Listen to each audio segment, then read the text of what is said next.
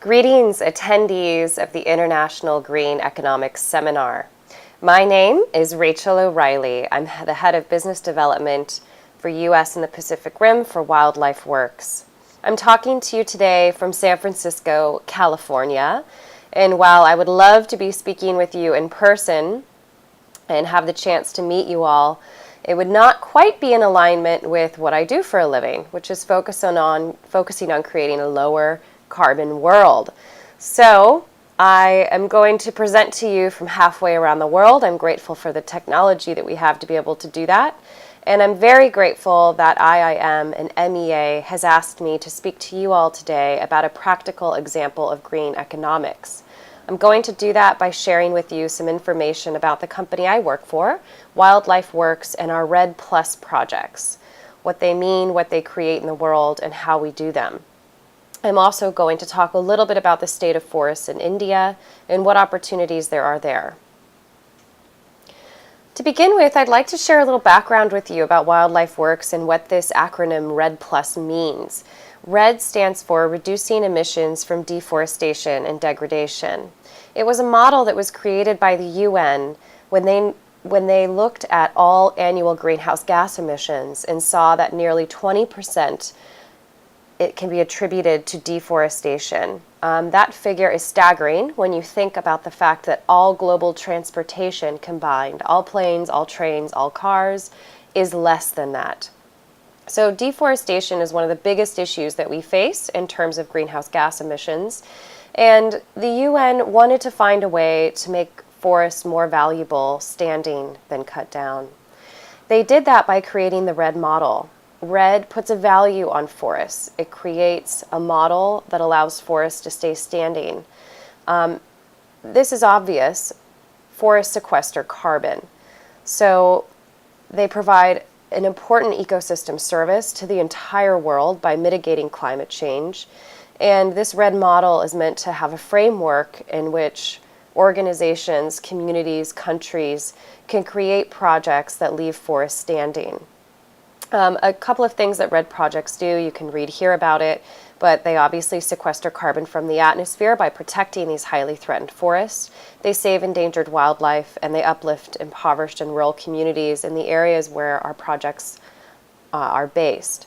Now, one important thing to note about REDD is that a REDD model can only be implemented where there is a threatened forest. So our company focuses on the most threatened forests in the world, where we can look and see a deforestation rate over time, and we can predict how long will be left for that forest until it's completely destroyed. The reason for the destruction of the world's forests are numerous, as you all know, but in our areas where we work, it can be community-based destruction out of the need to survive, and it can also be from resource companies coming in and taking advantage of the land, whether that be for logging, mining, etc. One quick thing to note before we get started in talking about these projects is I'd like to point out that these projects are incredibly credible and transparent. There are two different standard bodies that we work with to certify all of our REDD+ projects. One is the VCS, which is the Verified Carbon Standard. The second is CCB, which is Climate, Community, and Biodiversity Standard. The way you can think about these two is that the VCS is the standard that measures the carbon value of the forests, that makes sure that all of your calculations are correct around what you're saying in terms of the threat to the forest, the carbon value of the forest, and the state of the forest. The CCB is more focused on the benefits that are being brought to the community and the biodiversity because of the projects being in place. And I would like to note that in addition to these two standard bodies certifying each of the projects that we create, they also audit them on an annual basis using third-party auditors. So each year our projects are audited to ensure that we are doing on the ground what we state we are going to do in our project documents. This is extremely important because it ensures the ongoing success of the project, and it also allows us to have data year after year about how these projects are doing. In all of our projects, we have teams that live on the ground 24/7, and we create hundreds of jobs, which I'll go into, but many of those jobs are around monitoring forest and biodiversity, so that we can better understand what's happening in the forest and compare data, as I mentioned, year-on-year basis. I would like to start close to your home. I wish I was there right now. That looks beautiful.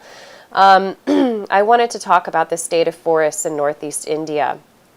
I spent some time reading the Forest Survey of India and picked a few things out to share with you today, just to give some context for why this could be applicable to where you all are. So here we have, according to the Forest Survey of India, the northeastern states of India account for 1/4 of the country's forest cover. The 2013 FSI report showed a net decline of 627 square kilometers in forest cover as compared to the previous year. So in 1 year, there was that much loss in that one part of India. In addition, the report found that mangrove cover has decreased by 34 square kilometers compared to the previous year.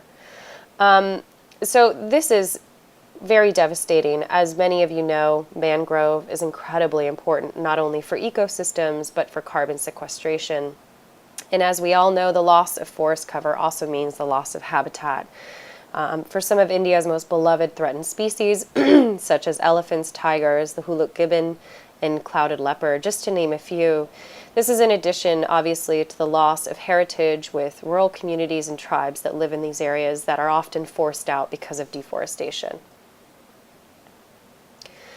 Now I would like to present to you a couple of real examples of how REDD+ looks and works. This is one of the world's largest REDD+ projects. It's our project in an area known as Mai Ndombe in the Democratic Republic of the Congo in Africa. In the top right-hand corner of the screen, you'll see a map with a red square. That's where our project is. We're on the west side of the DRC.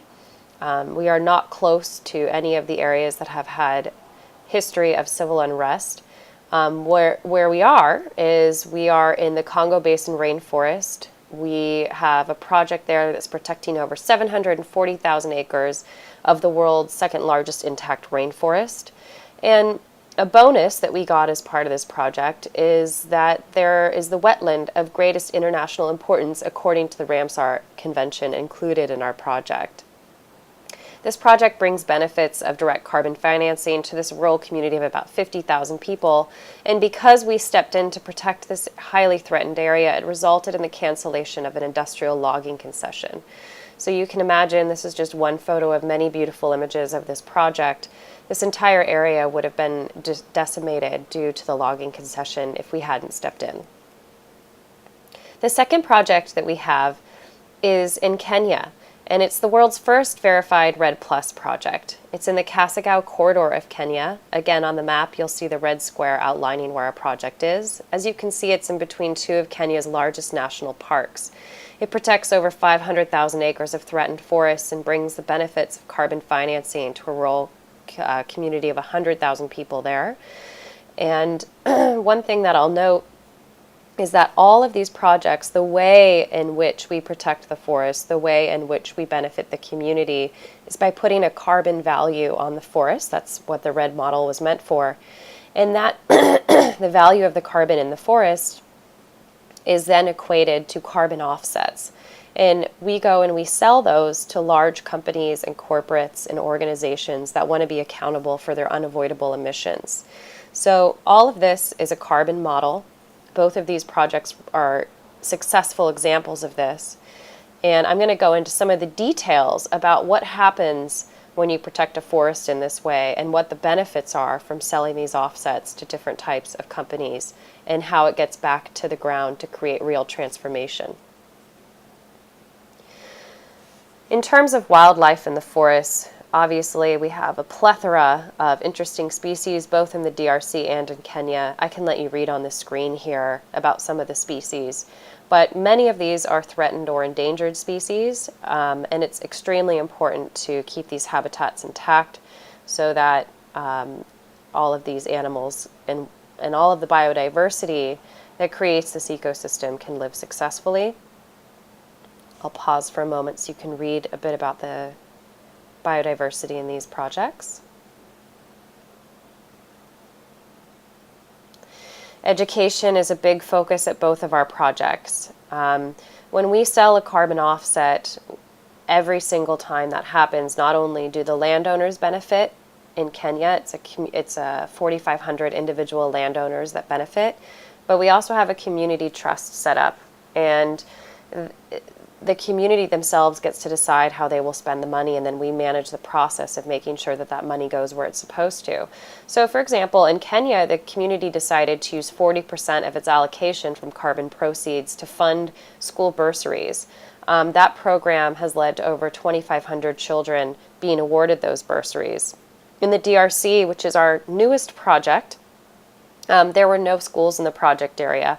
Now we have 2 schools that have been constructed, with 18 additional schools that will be built over the next several years. In addition to that, so that students didn't have to wait for the schools to be built, we've distributed 8,000 learning kits. And many of the children who are receiving these learning kits and going to school have never had access to education in this way, and this is the first time in their lives that they're able to participate. Health is also an important point for our REDD projects. I'll let you read a little bit about that here, but overall, our main goal is to make sure that the community's needs are met health-wise. This has to do from everything from making sure that testing is available for diseases and illnesses that are unfortunately common in this area, to making sure that simple medications, simple life-saving medications are available for such terrible illnesses as malaria and other diseases that can easily take a life unnecessarily.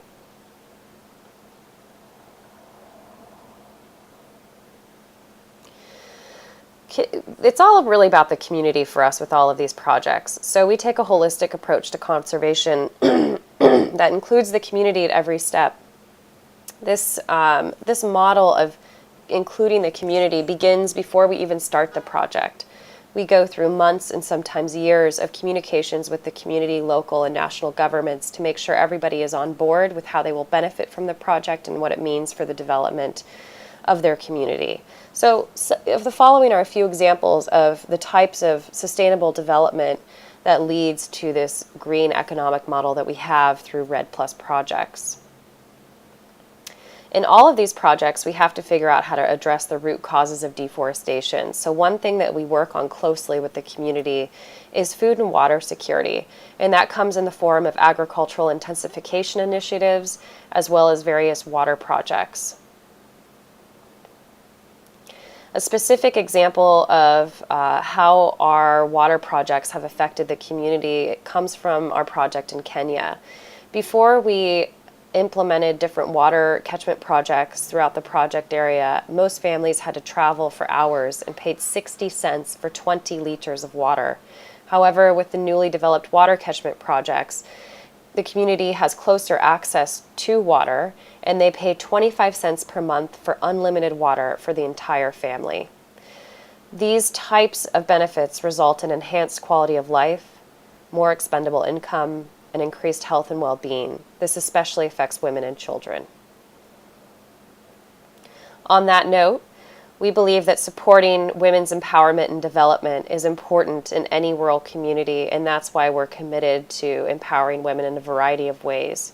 A few examples are job creation, small enterprise development, and education. We also help with food security for families by distributing seedlings and fruit trees. We also have a healthcare program that includes a nurse that's available to all of our female staff on a weekly basis. This allows women to have a more private way to discuss their female health-related concerns.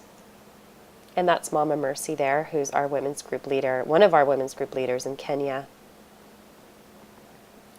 Job creation is our core conservation strategy, as we like to say. We believe that by offering people sustainable jobs, they no longer need to destroy their environment just to survive.